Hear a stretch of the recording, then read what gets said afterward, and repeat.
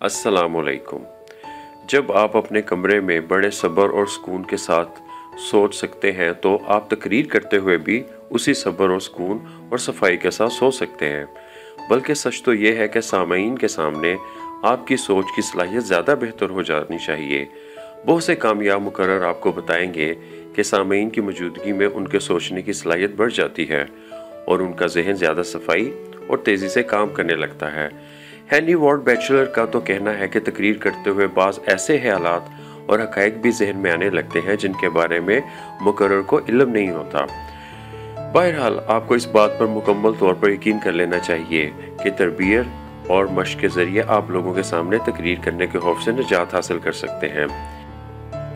یہ خیال ذہن میں نہ لائیں کہ آپ کے لیے تقریر کرنا زیادہ مشکل ہے۔ حقیقت یہ ہے کہ جو لوگ اپنے دور کے بہترین مقرر ثابت ہوئے ہیں وہ بھی شروع میں ایسے ہی مایوسی کی باتیں سوچتے تھے۔ مشہور ادیب مارک ٹوین کو جب پہلی مرتبہ لیکچر دینا پڑا تو اسے ایسا محسوس ہوا جیسے کسی نے اس کے منہ میں روئی ٹھوس دی ہو۔ اس کی نبض اتنی تیزی سے چلنے لگی جیسے وہ دوڑ کے کسی انعامی مقابلے میں حصہ لے رہا ہو۔ ڈزرائیلی نے تسلیم کیا کہ جب اسے برطانوی دارالعلوم میں پہلی مرتبہ تقریر کرنا پڑی تو اس نے سوچا کہ اس سے بہتر تھا کہ میں فوج میں بھرتی ہو جاتا۔ دارالعلوم میں ڈزرائیلی کی پہلی تقریر بری طرح ناکام ہوئی تھی۔ بعض اوقات ریڈیو پر تقریر کرتے ہوئے بھی مقررین کو ایک قسم کا خوف لاحق ہو جاتا ہے جسے مائکروفون کا خوف کہا جاتا ہے۔ جب چارلی چپلن ریڈیو پر تقریر کرنے آیا تو وہ برطانیہ کے بڑے بڑے تھیٹروں میں کام کر چکا تھا اور لوگوں کے سامنے بولنا اس کے لیے کوئی نئی بات نہیں تھی، لیکن اس کے باوجود چارلی چپلن نے ریڈیو پر زبانی بولنے کے بجائے لکھی ہوئی تقریر پڑھی۔ اسی دوران اس کی حالت ایسی تھی جیسے کوئی شخص طوفان میں سمندر پار کرتے ہوئے ہچکولے کھا رہا ہو۔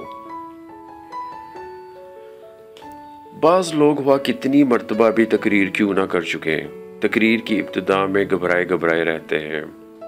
آہستہ آہستہ وہ اپنی گھبراہٹ پر قابو پا لیتے ہیں اور ان کی تقریر میں روانی آ جاتی ہے۔ کم و بیش یہی کیفیت ابراہم لنکن کی بھی ہوتی تھی۔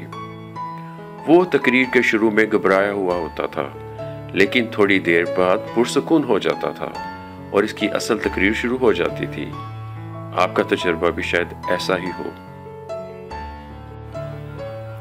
ایک مؤثر مقرر بننے کے لیے آپ کو کن کن چیزوں کی ضرورت ہوگی اور آپ اس فن کو کیسے سیکھ سکتے ہیں، انشاءاللہ میں اپنے آنے والی نئی ویڈیو میں آپ کو اس کے بارے میں بتاؤں گا۔